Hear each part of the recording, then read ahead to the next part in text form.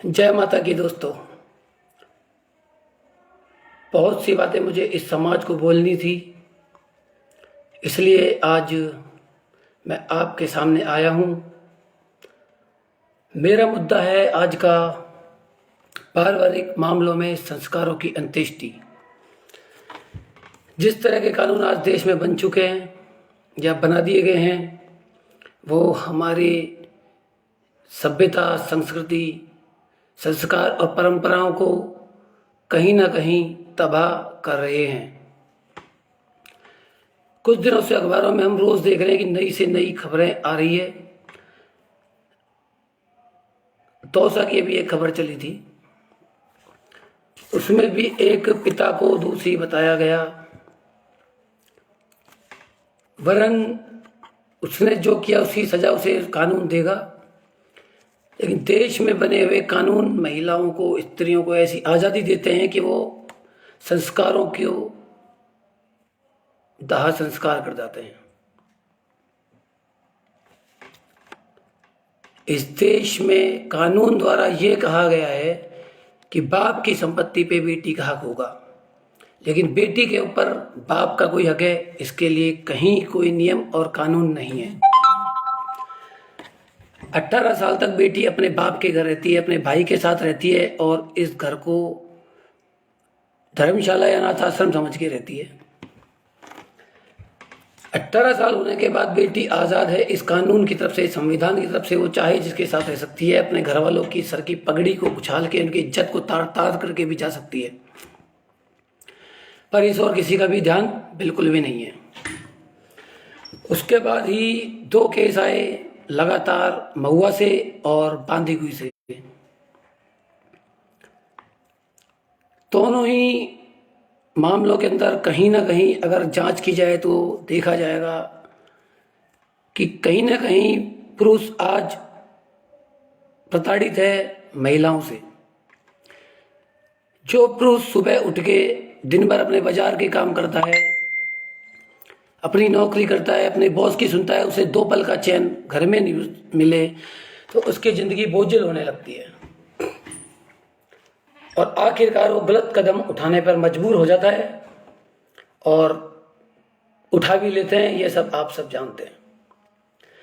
आज समस्या ये हो चुकी है कि यदि पुरुष अपनी तनख्वाह के में से सिर्फ 500 रुपये अपने पास रखे तो अपनी पूरी तनख्वाह वो अपने पत्नी को दे दे, तब भी वो पत्नी उससे संतुष्ट नहीं है।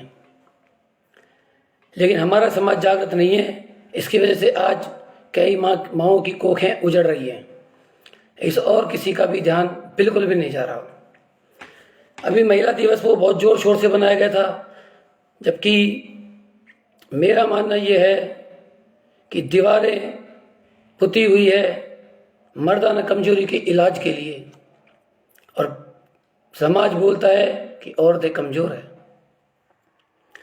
महिला दिवस की पूर्व एक दिन पहले दिल्ली के अंदर एक 20 साल की लड़की ने 3 साल के बच्चे का किडनैप सिर्फ इसलिए किया कि उसे होटल में अपने बॉयफ्रेंड के साथ जाना था, और ताकि किसी को संदेह न हो और वो 3 साल की बच्ची उनको सब उसको बेटी समझे। मालासर के अंदर एक बहुत वाला घर का गेट नहीं खोला गया, उसके घर के बाहर उसके ससुर को लाया गया था। घर के बाहर हल्ला मचता रहा, सब लोग विलाप करते रहे, लेकिन उस बहू के द्वारा गेट नहीं खोला गया। संस्कार, सभ्यताएं, परंपराएं सब तहस नहस होती जा रही है। चंडीगढ़ के अंदर वाटर वर्क्स में काम करने वाले कुलबीर सिंह ने हाथ में लिखा कि मेरी पत्नी और उसके परिवार वालों की वजह से आज मैं नहीं जी पा रहा हूं, और उसने आत्महत्या कर ली। पर हमारा समाज आज भी कहीं ना कहीं पुरुषों को ही दोषी समझता है। 20 फरवरी को अभी सोहाइनवाल में पिता ने अपनी बेटी, जो कि वो अपने यार के साथ किसी और के साथ रह रही थी, उन दोनों को अपने घर बुलाया और काट दिया। और इसी तरह की घटनाएं अभी अपने दौसा में हुई। कहीं ना कहीं ये हमारे समाज में दिए गए गलत कानूनों की वजह से ऐसा हो रहा है। पूर्व जस्टिस रंजन गोगोई, जो सुप्रीम कोर्ट के माननीय जस्टिस रंजन गोगोई, ने भी इस बात को स्वीकार किया है कि कोर्ट में जाकर लोग पछताते हैं, और सुप्रीम कोर्ट का कहना है कि दहेज कानून 498A एक लीगल टेररिज्म है। इसे कानूनी आतंकवाद की संज्ञा दी गई है। और हमारा समाज आज भी खुश है। बिछड़ कर मुझसे तुझे जीना अच्छा लगता है, तो जा खुश रहे, मुझे तेरा खुश रहना अच्छा लगता है। कोई अपने घर में रख के तो देखे जवाई को 6 महीने, पता लग जाएगा कैसे रखते हैं। कैसे कोई लड़का किसी गैर की लड़की को अपने घर में जीवन भर रखता है। पर लोग आज भी नारी को अबला समझते हैं। अबला नारी अपने दम पर कल्पना चावला थी, मैरी कॉम है मुक्केबाजी में अपने परचम सब जगह लहरा रही है।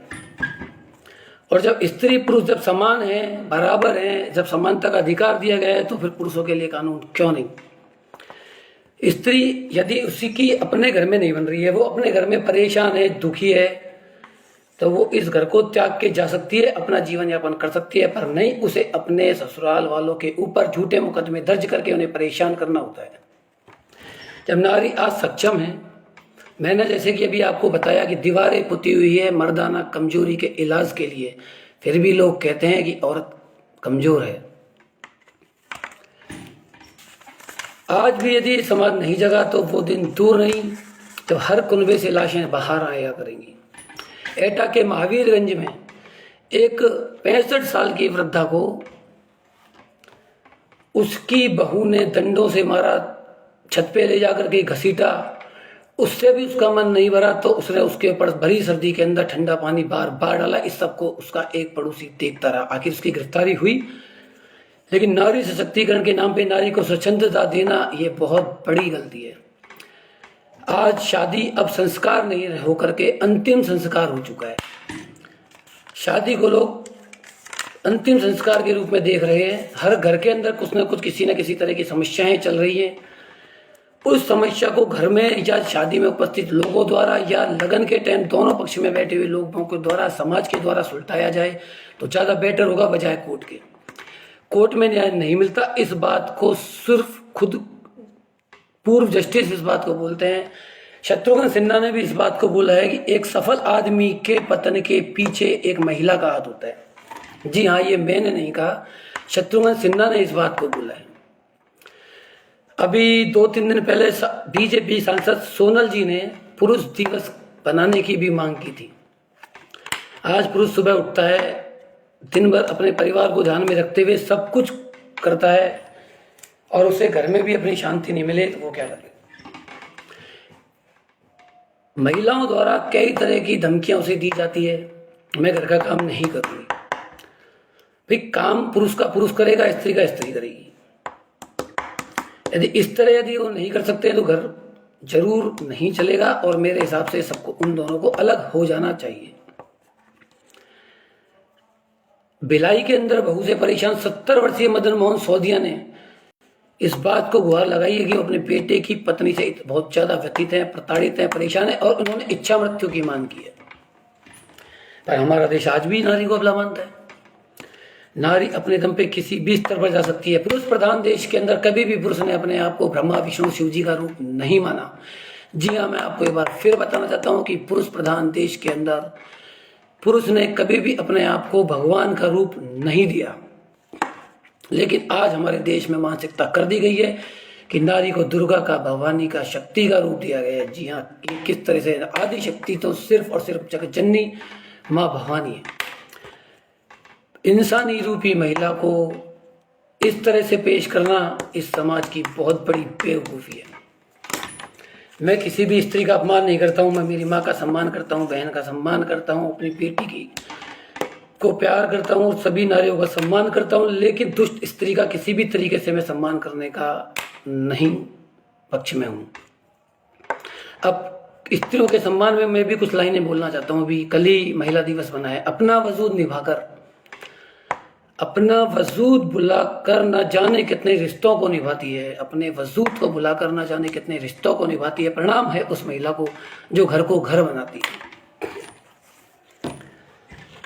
यदि अपने परिवार के, वैसे मेरी पोस्टों को लेकर के बहुत लोगों को परेशानी होती है, दुख होती है, वो लोग मुझसे गुस्सा भी करते हैं। मैं उनसे ये बोलना चाहता हूँ, वो मुझे जवाब देते हैं, क्या तेरे माँ बहन बेटी भी नहीं है क्या? जी हाँ, मेरे है, पर मेरे बाप भी है, भाई भी है और बेटा भी है। स्त्री स्त्री एक तरफा सोच हमें इस देश को तोड़ने के लिए दी गई है। हमारा देश प्रगतिशील है, उन्नतिशील है, हमारे देश ने बहुत लड़ाई लड़ी है, लेकिन वामपंथी और कम्युनिज्म विचारधारा के लोगों को इस भारत देश को तोड़ने के लिए इस देश के परिवार को तोड़ने को ज्यादा मुनासिब समझा, क्योंकि इस देश के परिवार को तोड़े बिना इस देश को नहीं तोड़ा जा सकता। और इन्होंने एक कुत्सित मानसिकता, गलत कानून इस देश को दे दिए। हमें बोला जाता है नारी के ऊपर हाथ नहीं उठाना चाहिए। क्या लक्ष्मण ने नारी के ऊपर हाथ नहीं उठाया? भगवान श्री कृष्ण ने नारी के लात नहीं मारी या मारी? हनुमान ने मुष्टि का प्रहार नहीं किया। अपनी माँ को कैकेयी को लक्ष्मण ने कंटाप नहीं कसे, मंथरा को कंटाप नहीं कसे। नारी गलत है तो उसके खिलाफ बोलना जरूरी है। एक तरफा रहना हमेशा के लिए गलत होगा, घातक होगा, और रोजाना घर से लाशें निकलेंगी। गलत स्त्रियों की वजह से आज हमारी पारिवारिक व्यवस्थाएं पूरी तरह बिगड़ रही है। मैं सभी स्त्रियों को गलत नहीं बताता हूं, लेकिन समाज से उम्मीद करता हूं कि पारिवारिक मामलों को परिवार समाज के थ्रू सुलटा लिया जाए तो बेहतर है। कोर्ट में कभी भी आपको न्याय नहीं मिलेगा। कई केसेस चल रहे हैं, कई सालों से चल रहे हैं, लोग बरी होके भी आते हैं। अभी 2 साल वाले मामले के अंदर 8 लोग जेल में डाल दिए गए। बताइए आप, ये स्थिति कब उत्पन्न हुई? यह स्थिति तब उत्पन्न हुई जब एक बेटी को अपने बाप की इज्जत, उसके परिवार, उसके आत्मसम्मान को लात मारकर और अपने यार के साथ रहने की अनुमति हमारे कोर्ट, हमारे कानून, हमारे उच्चतम न्यायालय, हमारी जजों द्वारा दी गई। नारियों ने लड़ाई लड़ी है, इसका मतलब ये थोड़ी है कि नारी के ऊपर हाथ नहीं उठाया जाएगा। मैं समाज से बोलता हूँ, लड़का लड़की को बराबर का दर्जा दिया जाए। लड़की गलत है तो उसे भी 2 चांटे मारे जाए, लड़के जिस तरह आप लड़की को मारते हो। क्या रानी लक्ष्मीबाई को युद्ध के मैदान में इसलिए छोड़ दिया जाता कि वो एक स्त्री है? नहीं, इसलिए बिल्कुल भी नहीं छोड़ा जाता। आप लड़के और लड़की को बराबर का दर्जा दें। लड़की गलत है तो लड़की को भी करें। आत्मसम्मान सबसे बड़ा होता है। और हमारे मानव अधिकार आयोग इस देश की सभ्यता संस्कृति को खराब करने में तुले हुए हैं पूरी तरह। स्त्री को यदि अपने पुरुष से अलग रहना है तो वो बिल्कुल राजी खुशी अलग रह सकती है। काबिल है, उसे भी 2-4 हाथ पैर दे रखे हैं। पेट भरने में जब जानवर सक्षम है तो क्यों कानून द्वारा भरण पोषण की राशि स्त्री को दिलवाई जाती है? मेरा कहना सिर्फ इतना है कि लड़के बिल्कुल भी न डरें। अगर आज हर घर के अंदर, हर परिवार में कहीं ना कहीं स्त्री से प्रताड़ित पुरुष है और परेशान है, मैं उससे यही कहना चाहता हूं कि गलत कदम उठाने से पहले अपने परिवार की सोचे, अपने माँ की सोचे, अपने भाई बहन की सोचे। ये इसलिए जरूरी हो गया है कि जो साल भर पहले, 2 साल पहले, 10 साल पहले, 5 साल पहले एक स्त्री अपने घर के अंदर आती है और उससे व्यतीत होकर आप एक गलत कदम को उठाते हो, आप उससे दूर होकर के, उसके साथ रह करके उसको नहीं झेल पाते हो। अरे जब आप बच्चे थे तो आप भी अपनी माँ के ऊपर गुस्सा करते थे, आपकी माँ ने तो इस कदम को नहीं उठाया। आपके पिता के ऊपर भी आप गुस्सा करते थे, आपके पिता ने तो इस कदम को नहीं उठाया। त्याग दीजिए ऐसी औरत को जो घर के अंदर क्लेश पैदा करती है। अपनी माँ बाप के खातिर, भाई बहन के खातिर इस दुनिया में आपको जीना होगा, जिन्होंने आपको 35 साल का किया, 30 साल का किया। आप सिर्फ 2 साल या 5 साल पहले आई हुई स्त्री की वजह से आप दुखी होके, परेशान होके आत्महत्या बिल्कुल नहीं करे। आपका कहीं कोई कुछ नहीं बिगाड़ सकता, ये मैं आपसे दावे से कहता हूँ।